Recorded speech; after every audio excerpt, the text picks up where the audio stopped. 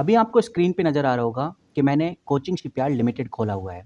Company के latest quarterly result आ गए हैं, आप लोगों ने देख भी लिए हैं और अब हम बात करेंगे कि बेसिकली रिजल्ट के बाद आगे क्या सिचुएशन होने वाली है, किस तरह की बातें हमें कोचिंग शिपयार्ड में देखने को मिलेगी, किस तरह की हलचल अब कोचिंग शिपयार्ड में होने वाली है। तो सबसे पहले एक बार जो कंपनी के क्वार्टरली रिजल्ट की जो पीडीएफ आई है उसको अगर हम देखें तो ये पीडीएफ लगभग 28 पेजों की पीडीएफ है। आप स्क्रीन पे देख सकते हैं 28 पेजेस आपको इधर नजर आएंगे। इस पीडीएफ के अंदर बहुत कुछ ऐसा बताया गया है जो कि आपको अभी तक पता नहीं लगा होगा।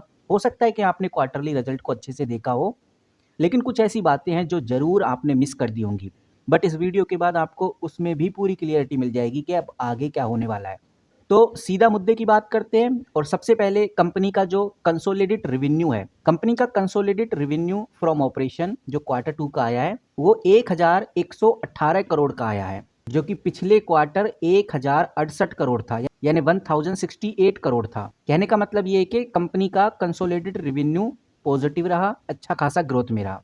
हाफ ईयरली से अगर कंपैरिजन करें तो हाफ ईयरली जो रेवेन्यू है कंपनी का 2187 करोड़ रहा है इस बार का, और पिछले साल का 1914 करोड़ था, यानी कि कंपनी का हाफ ईयरली रेवेन्यू भी अच्छा परफॉर्म हुआ है। तो रेवेन्यू के मामले में कंपनी ने जबरदस्त ग्रोथ दिखाई है। यहाँ पर ये डेटा आ चुका है। अब हम बात करते हैं नेट प्रॉफिट की। यहाँ पर जो प्रॉफिट है, प्रॉफिट के अंदर कंसोलिडेट अगर प्रॉफिट की बात करें यानी पीबीटी की बात करें, कंसोलिडेट प्रॉफिट बिफोर टैक्स की, तो वो आया है इस बार 149 करोड़ और पिछले साल 249 करोड़ रहा।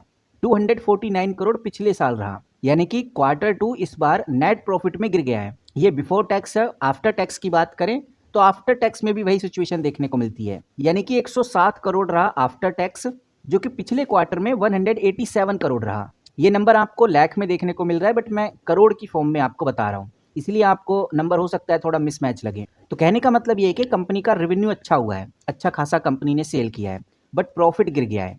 प्रॉफिट क्यों गिरा है, इसके पीछे का रीज़न ये बताया जा रहा है। इसी पीडीएफ के अंदर हमें देखने को मिलता है कि कंपनी की सबसे ज़्यादा कॉस्ट मटेरियल और सब कॉन्ट्रैक्ट एक्सपेंस में बढ़ गई है, जिसकी वजह से प्रॉफिट में प्रेशर क्रिएट हुआ है। हालांकि कंपनी ने डिविडेंड को लेकर भी बात की है। कंपनी जिसके पास एक शेयर है इस कंपनी का, उसको 4 रुपये का डिविडेंड मिलेगा। 4 रुपये पर शेयर का डिविडेंड यहाँ पर कंपनी ने डिक्लेयर किया है। शिप बिल्डिंग और शिप रिपेयर दोनों सेगमेंट में हम ये कह सकते हैं कि कंपनी का रेवेन्यू और प्रॉफिट एक कंट्रीब्यूशन तरीके से आया है, यानी शिप बिल्डिंग से भी अच्छा खासा रेवेन्यू जनरेट कर लिया है, शिप रिपेयर से भी कंपनी ने कर लिया है, बट शिप रिपेयर से थोड़ा ज़्यादा हुआ है। शिप रिपेयर का जो सेगमेंट है इस बार स्ट्रॉन्ग रहा है शिप बिल्डिंग से, यानी कि जो डिलीवरी थी शिप की, शिप बिल्डिंग डिलीवरी थोड़ी कम रही, शिप रिपेयरिंग की ज़्यादा रही है। और ये चीज़ मैं आपको पहले कई बार बता चुका हूँ कि कोचिंग शिपयार्ड में शिप रिपेयरिंग का काम बहुत तेज़ी से बढ़ रहा है, क्योंकि हर कंट्री या हर कंपनी ज़्यादातर शिप को रिपेयर कराना ही पसंद करते हैं, बिकॉज नया शिप बनने में काफ़ी एक्सपेंस खर्च होता है, काफ़ी महंगा पड़ता है, लेकिन रिपेयरिंग सस्ता पड़ता है। इसलिए ज़्यादातर जो कंपनीज़ हैं या जो ज़्यादातर कंट्रीज़ हैं वो शिप रिपेयरिंग पे ज़्यादा फोकस कर रही हैं, और कोचिंग शिपयार्ड शिप रिपेयरिंग को भी आगे बढ़ा रही है।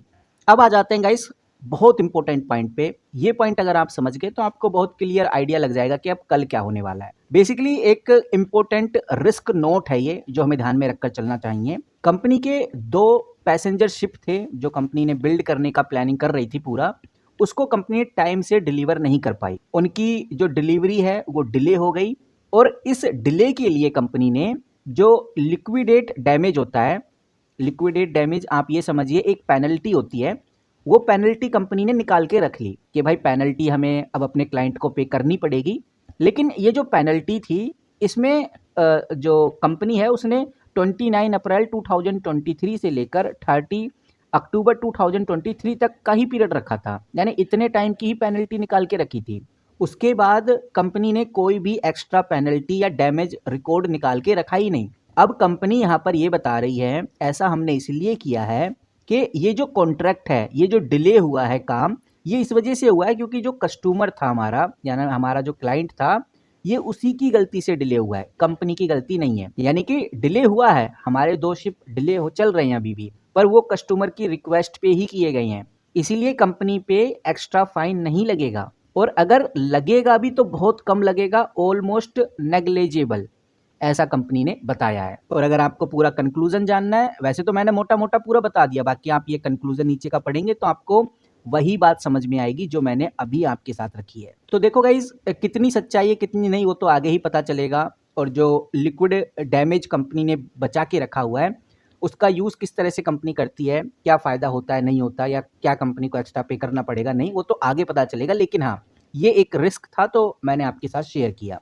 अब जो मैं आपके सामने डेटा रखने जा रहा हूँ, ये डेटा बहुत इंपॉर्टेंट है और ये डेटा आपको बहुत कुछ क्लियर करेगा। हम बात करेंगे टोटल एसेट्स की। कंपनी का जो टोटल एसेट्स है, आप ये बात समझिए, ये जो टोटल एसेट है बहुत इंपॉर्टेंट नंबर होता है। यानी कि कंपनी के पास प्रॉपर्टी कितनी है, कैश कितना है, मशीन कितनी है, इन्वेस्टमेंट कितना कंपनी ने किया है, उसकी टोटल वैल्यू होती है। तो टोटल वैल्यू कितनी है आपको स्क्रीन पे नजर आ रही है, 14,252 करोड़ के आसपास लगभग हम ये लेके चल रहे हैं। और यहाँ पर आप देखिए, ये है शेयर होल्डर्स की इक्विटी।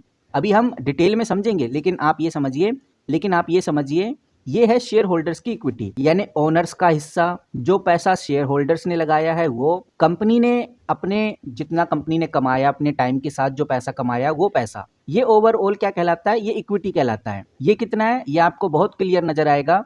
यहाँ पे इधर देखिए 5,697 करोड़, यानी कंपनी का टोटल एसेट्स कितना है 14,252 करोड़ के आसपास, और कंपनी के पास टोटल इक्विटी है 5,697 करोड़। और अगर हम इसको माइनस करते हैं तो हमारे पास जो नंबर निकल के सामने आता है वो लगभग 8,555 करोड़ के आसपास आता है। आप खुद माइनस कर लेना 14,252 को 5,657 से, तो 8,555 करोड़ के आसपास बचेगा। ये जो पैसा है ये है कंपनी का बोरिंग, कंपनी की लायबिलिटी, या हम बोले ड्यू या फिर फाइनेंस किया हुआ पैसा। मतलब कि ये जो पैसा है ये लोन का हो सकता है, ये क्रेडिटर्स का हो सकता है, या एडवांस पेमेंट भी हो सकती है जो आई है किसी शिप की। तो सवाल ये है कि भाई इसमें क्या रिस्क है।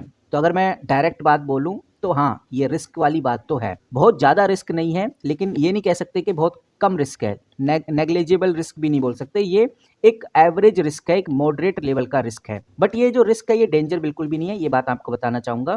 क्योंकि अगर कंपनी का बिजनेस स्टेबल रहता है, कैश फ्लो रेगुलर आता रहता है, जैसे डिफेंस, शिपिंग या PS2 टाइप का कोई प्रोजेक्ट आता है, तो ये जो डेट है ये मैनेजेबल हो सकता है। लेकिन अगर रेवेन्यू डिले हो गया, प्रोजेक्ट लेट हो गए, या कस्टमर ने पेमेंट को रोका, तो ये जो पेमेंट प्रेशर है ये बढ़ सकता है।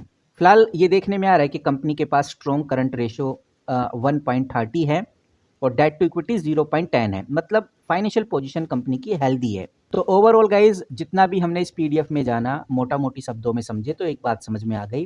कंपनी का रेवेन्यू बढ़ा है, यानी कंपनी की सेल बढ़ी है, लेकिन प्रॉफिट्स गिरे हैं। मार्जिन पे प्रेशर आया है बिकॉज एक्सपेंस तेजी से बढ़ रहे हैं, बट कंपनी ने डिविडेंड भी दिया है। बैलेंस शीट की अगर हम बात करें तो बैलेंस शीट में कर्ज तो बिल्कुल भी नहीं है, गुड लिक्विडिटी है जो कि पॉजिटिव है। लेकिन अगर हम ट्रेडिंग पॉइंट ऑफ व्यू से देखें, ये बात काफ़ी इंपॉर्टेंट है, अगर आप ट्रेडिंग पॉइंट ऑफ व्यू से देख रहे हैं तो कल के लिए एक साइलेंट रिस्क है, एक नेगेटिव बात है। बट अगर हम इन्वेस्टमेंट के पॉइंट ऑफ व्यू से देखें तो कंपनी के फंडामेंटल सेफ हैं, फंडामेंटली कंपनी स्ट्रोंग है। तो जो लोग लॉन्ग टर्म के लिए होल्ड करते हैं उनके लिए तो खबरें अच्छी हैं, लेकिन शॉर्ट टर्म में हमें एक नेगेटिविटी देखने को मिल सकती है, एक रिस्क देखने को मिल सकता है। फिलहाल इस वीडियो में इतना ही। आई होप आपको छोटी सी वैल्यूएबल इन्फॉर्मेशन पसंद आई है। मिलते हैं किसी नई वीडियो के साथ, तब तक के लिए take care and good bye.